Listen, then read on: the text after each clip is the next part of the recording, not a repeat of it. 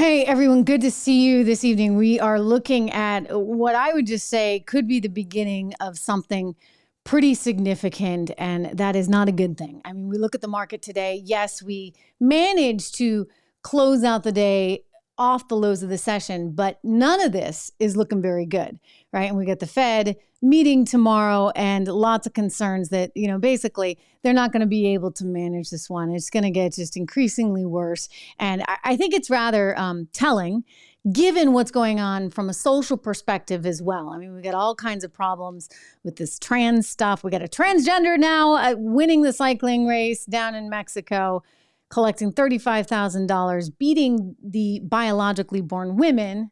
It's funny, I have to say that. Biologically born women by a real country mile here. Just incredible. 89 seconds. It's like nearly a minute and a half, right? So there's that going on. And then you've got other challenges at the border, et cetera, which no one really in the administration seems quite willing to recognize. But let me start first on the financial stuff, because it was a pretty tough day, really, all around when you look at this. I mean, we are seeing the beginnings, in my estimation, of something that could be much worse.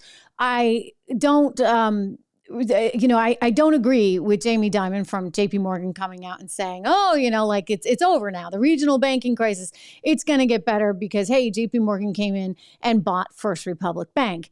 In fact, that kind of reminds me when people said back in 2008, it's over now, right? And when in the spring, I think it was around March or April, that Bear Stearns kind of made it through. And the thinking was, it's over. Like, we don't have to worry. Like, everything will be fine, right? And then, of course, along came Lehman. So I do believe that there are more challenges ahead. Just to go through some of the big losers today, you got PacWest, you got Western Alliance, you got Metropolitan Bank. I mean, all of these companies trading down roughly 20, in some cases nearly 30%. That's alarming. Like, that should scare all of us, right? It scares us because if these banks are so challenged, what happens to the rest of them? The list goes on. You've got Citizens, you've got Fifth Third, U.S. Bank, all of them seeing themselves really challenged today. And of course, the big banks like JP Morgan also seeing a little bit of a challenge, Bank of America, et cetera. Look, the sector's in a little bit of trouble. And that's because, hey, who knew? It turns out you can't actually just give out stimulus checks one after another, have Congress spend all this money with stimulus program after stimulus program. Thank you, Joe. While simultaneously having a Federal Reserve that just prints and prints and prints more money than anybody ever imagined. Who knew? I mean, it was supposed to be transitory, right? How many times did Janet Yellen and Jerome Powell tell us, and Biden for that matter, but I don't count him because Guy is not that smart. And he certainly doesn't know economics. So the people that should have known better, they sat there with a straight face and they said, it's transitory, it'll be fine. And sure enough, it's not fine. We now have a regional bank mess, which could turn into a much bigger mess because all of these very stupid people, in my estimation, at these banks decided, who needs to hedge our portfolio? SVB, great example of that. We don't need to hedge because it's transitory. There will be no real inflation in the future. My gosh. I mean, so we are now in a situation where their balance sheets are really weak because they have to mark to market and they're holding all these long treasuries. And it turns out you can get a treasury right now with a whole lot better of an interest rate than you could have just a few years ago. So that's how that works. Meanwhile, on top of that, as if that was not enough, we got a situation where we could potentially be looking at a default. The risk of default is actually very real. And I know a lot of people think, this happens every single year. We go through this. And yes, we do, because Washington is that dysfunctional. But now it's taken on a special level of dysfunctionality. And we're seeing now the Democrats are trying to piece together some kind of plan where they've got this loophole and that loophole, and they're going to somehow be able to go forward with that in some way to get a budget of some sort passed. That's not going to happen. It's not going to work. And so we're in this standoff right now with a group of people that say, hey, maybe we ought to cut some of this discretionary spending. That would be the Republicans. And a group of people that say, no. keep all the spending. We don't want to do any spending cuts whatsoever. We're not willing to entertain it. We want this so-called clean resolution. If we don't get the clean resolution, that we're going to stomp our feet like a bunch of little kids instead of being responsible and recognizing the reality that you can't spend more than you make forever. This is insane. $31.4 trillion. I mean, my gosh, they should all be truly, truly ashamed of themselves. I'll tell you, it's bad when now people are flocking to Apple. Not Apple the bank, Apple the computer company, because it just started a high yield savings account. And apparently people are so worried about their regional banks that they're now looking at Apple. So that's kind of alarming in some way, shape, or form. I want to get to Bud here because shares of Bud, they continue to struggle in ways that are quite bad. Probably the worst we've seen maybe since the day that this really hit its tipping point with Dylan Mulvaney. If you don't know what I'm talking about, let me, you may not want to see this, but it's coming. Let me remind you. Hi. Impressive carrying skills, right? I got some Bud Lights for us. So, I kept hearing about this thing called March Madness, and I thought we were all just having a hectic month, but it turns out it has something to do with sports. And I'm not sure exactly which sport. But okay, all right. I'm not going to torture you guys. I'm not going to torture you, but you know what happened. And you know how angry you are. So many of you have messaged me or you have commented on these videos. Feel free to do that. Where you've told me stories about how AnheuserBusch played some kind of monumental role in your lives, which is sort of funny. But hey, I think we can all remember the first time you ever had a Bud Light. And those memories are flooding back to people now. And they're like, wait a second, this is not the company that I knew. It's just not. And you're right to think that. It clearly is not. I learned something really interesting. You got to stay tuned. Actually, my podcast, this is a live sort of thing I'm doing with all of you, but my podcast is going to post later tonight. And in it, I talked to a former executive at Anheuser-Busch. And one of the things that he pointed out to me, and you'll get to see, is that it was a very different culture years ago. In fact, they just rather recently moved their marketing headquarters and their headquarters in the U.S., because they're actually located overseas in Brussels, but they moved the U.S. headquarters to New York, down to the Chelsea area. And he said the problem with that is they were closer to their customers before, right? Because they were in St. Louis, they were in Missouri. They got a feel for really how people thought about their product. And now they're so far away from that. And they're in this group think in New York City where they think it's going to be kind of cool to put Dylan Mulvaney up there as the spokesperson. And it's amazing to see how wrong they were. So they're paying the price. What do you know? $63.67 a share. That's where they closed out the day. That's bad because before all this started, they were around 66.53. So they've lost $3 a share. Okay, $3 a share. It's actually a lot of money because there's so many shares traded. So you're talking, and I'm just eyeballing it here, maybe some $3-4 billion that they have lost. And you couple that with what's going on with sales, and it's clear this stock is not coming back. I'm looking at it in the after hours market, and it's down there as well. Hey, Greg is writing in. He asked New York. Yes, New York. Anheuser-Busch moved to New York. The former executive there who was in charge of not marketing, actually, just sales, I think, and distribution, Anson Fredericks, he's actually on the show. You're going to see that later tonight. Interestingly enough, he's actually the co-founder of Strive Asset Management, which is the company that Vivek Ramaswamy, you recall? If you don't recall, let me share this with you because this is just priceless. I was going to play this for you later, but you got to see it right now. Vivek started the company with Anson, the former Anheuser-Busch executive. Take a look at this.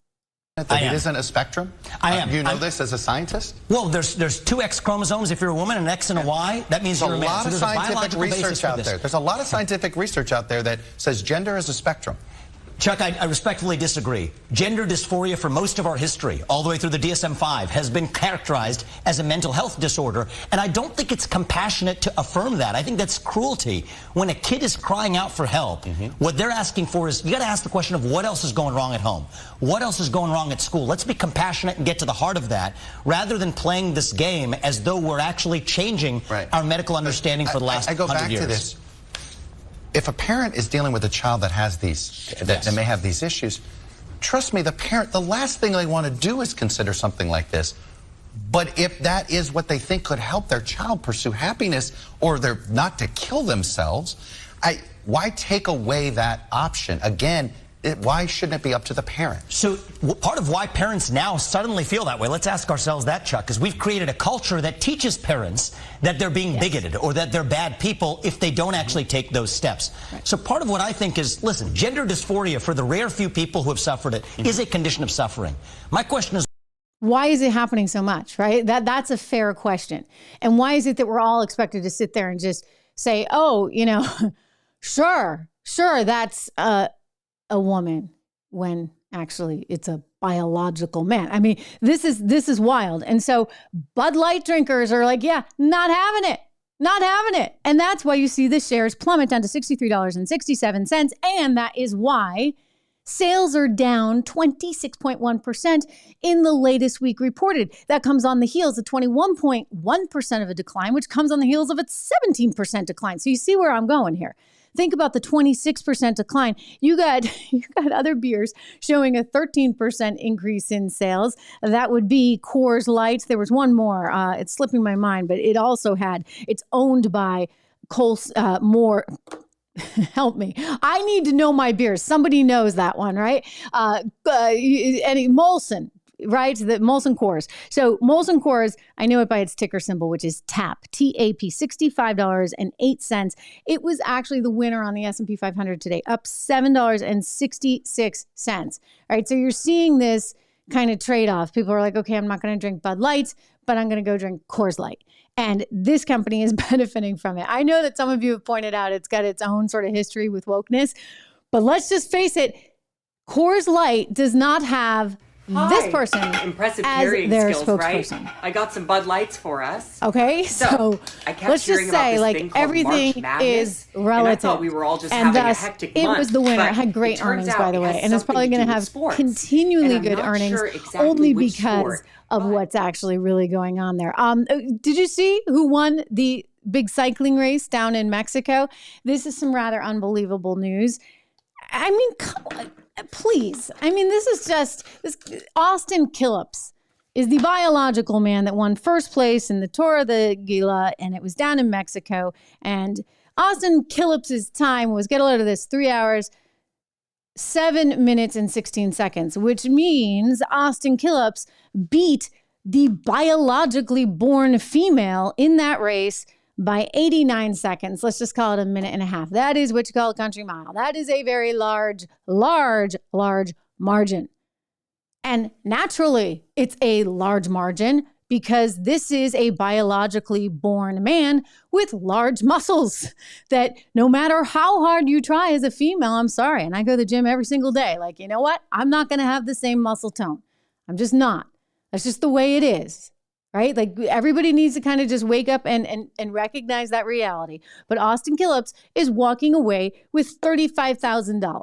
$35,000 because somehow it's just absolutely fine to have a biologically born man compete against a bunch of women and walk away with a 1 minute and 29 second margin. I mean, it's pretty darn wild. And you know what? There's so few people that are willing to speak up about this because everybody's just sort of in this delusional state.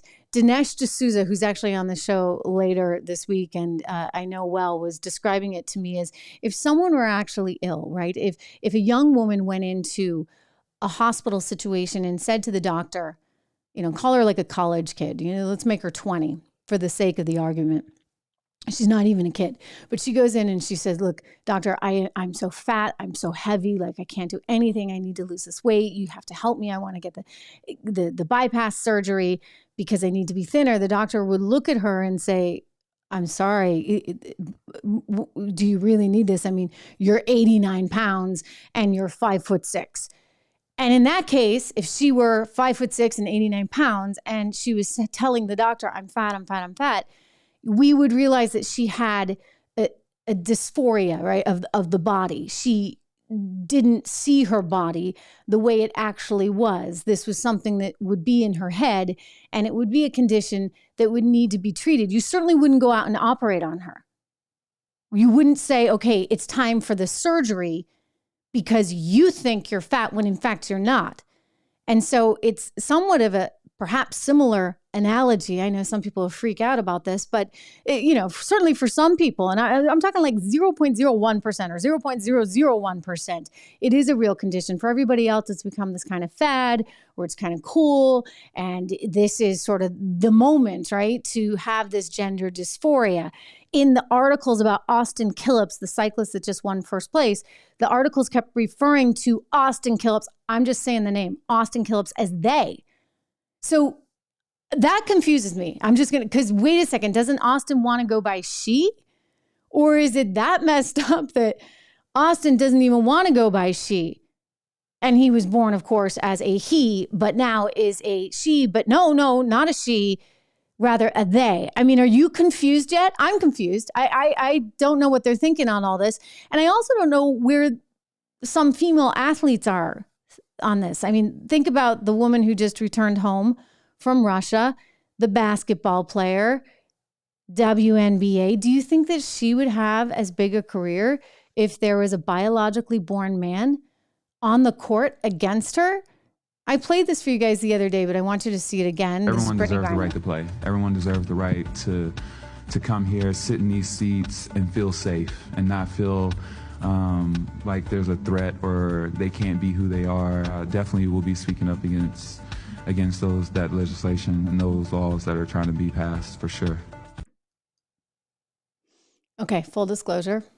I had to double check that clip several times to make sure that was really her voice, because I had never really spent much time listening to her voice. And that's her. That's her. So nothing had been doctored. I just wanted to make sure there was no funny business going on.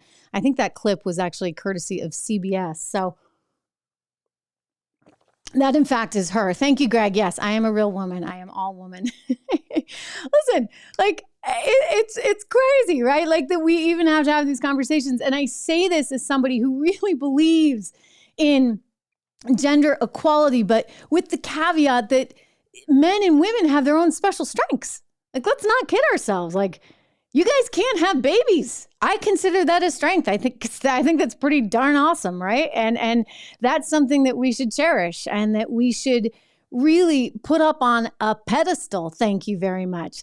And you guys typically have better muscle capacity, right? Again, something that we need as a society, and it can be traced all the way back to, years and years ago. And by the way, is still important today because we need to be protected. And typically the stronger person does some of that protecting. I mean, it's just amazing that we're so willing to let go of some things that are pretty darn basic. And it's troubling to me.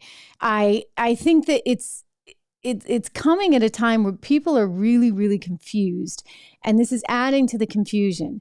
And if you think about it from a historical perspective, well, what's happened to societies that kind of go off on that fringe? I mean, I don't think it's really happened in any way, shape, or form where we've actually embraced this genderless norm, right? Like that has never been out there as far as I can tell historically, but you have seen periods in history where there has been sort of a feminization perhaps of men. And in that feminization, you have often seen a society that kind of starts to lose faith in itself. And in doing so, in losing faith in itself, it starts to question itself more and more and more. And that becomes increasingly a problem, certainly for everyone. And I would just say, especially for kids, because if you don't know that this is real, that we are here on earth and that you're a man and I'm a woman, then you start saying, well, what else is not real? And you realize you can go down a kind of a treacherous path here. And if you're a kid, certainly, I mean, you'll go around and around and around in circles. And so that's where you start getting into some real problems. But it's just like the Biden administration wants to ignore reality on everything, whether it be on the financial front. I began the show talking about this financial crisis that we are facing, whether it be their unwillingness to actually cut any spending, whether it be their $50 billion that they're willing to spend on consultants, yet won't even build the border wall while simultaneously we're dealing with massive numbers of migrants. That was a big issue today. There was kind of a heated exchange there at the White House, specifically between the reporter Peter Doocy and Karine Jean-Pierre, who is the White House spokesperson. And she's accusing him of, being too dramatic. Look, it's not dramatic. And listen to Lori Lightfoot. I played that for you on the show actually earlier today. Lori Lightfoot, the mayor of Chicago, still is saying we can't handle it. Like, it's reaching a tipping point because Texas sends a few hundred migrants go to Chicago, and she's losing it. Just like the mayor of New York is losing it. We can't handle these migrants. Just like the people in Martha's Vineyard were losing it when some Venezuelan migrants showed up on their island. Look, it's not easy for Texas. We are a country. We should have borders. It should be important for our country to actually provide some kind of financial and military wherewithal to enforce the border, because you get hundreds of thousands of people coming in there. Coors, thank you. Coors, like we were just talking about Molson Coors. How could I have forgotten, right? You can tell I'm really not a beer drinker. Champagne, thank you very much. But yeah, Molson Coors is just killing it. It is actually doing really, really well. Real Sovereign Citizen saying it's owned by the same investors group as Budweiser.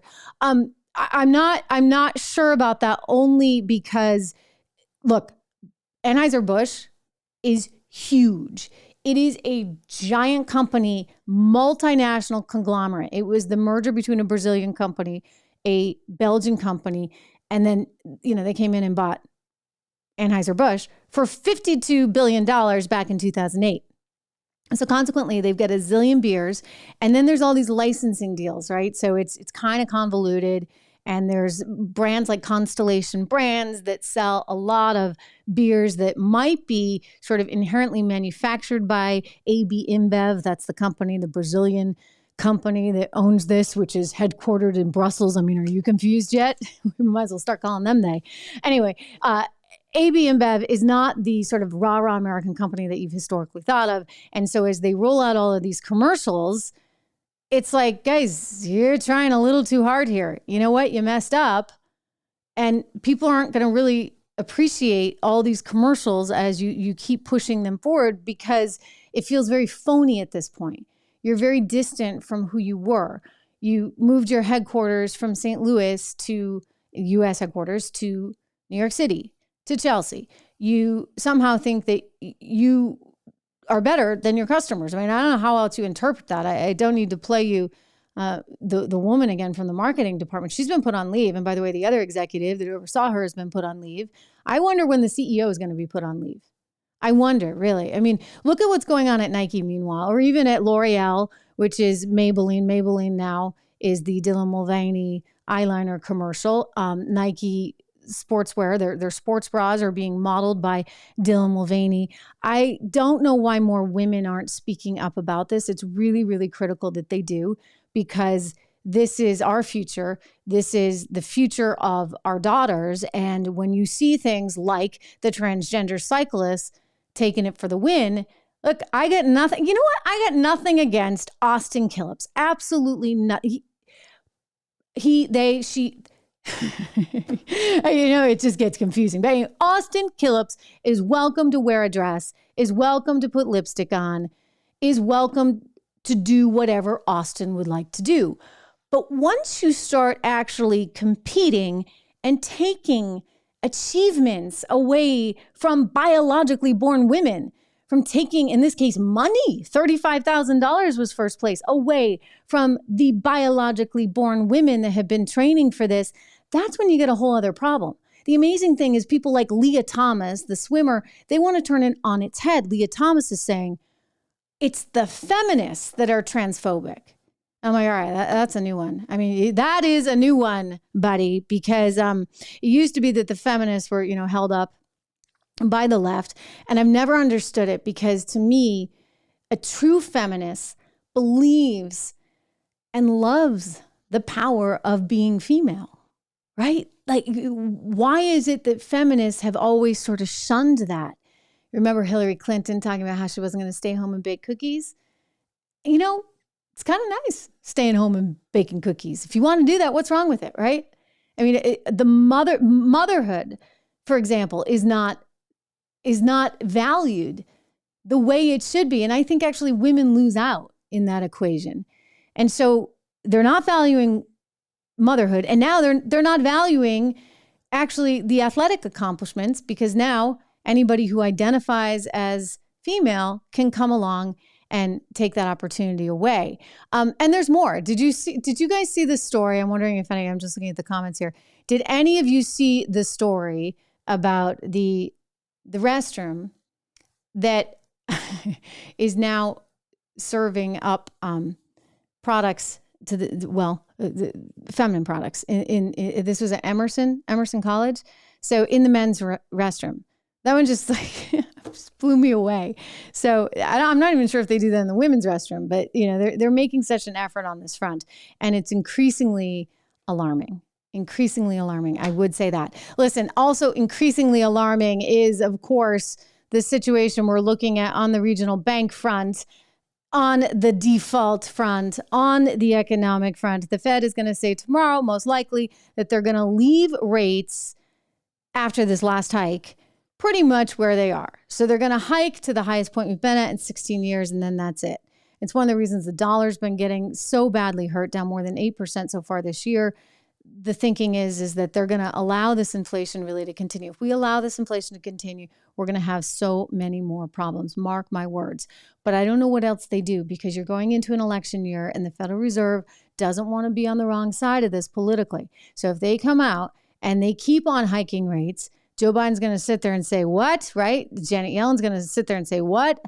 I've been so disappointed in her, because she didn't used to be this so overtly political, and she has become that. It's part of, I guess, the gig, right? When you go on as Treasury Secretary. But we have so many problems right now, and we could be looking at another 2008 type of situation. Hopefully not, but it's certainly something to be aware of, and that's important right now.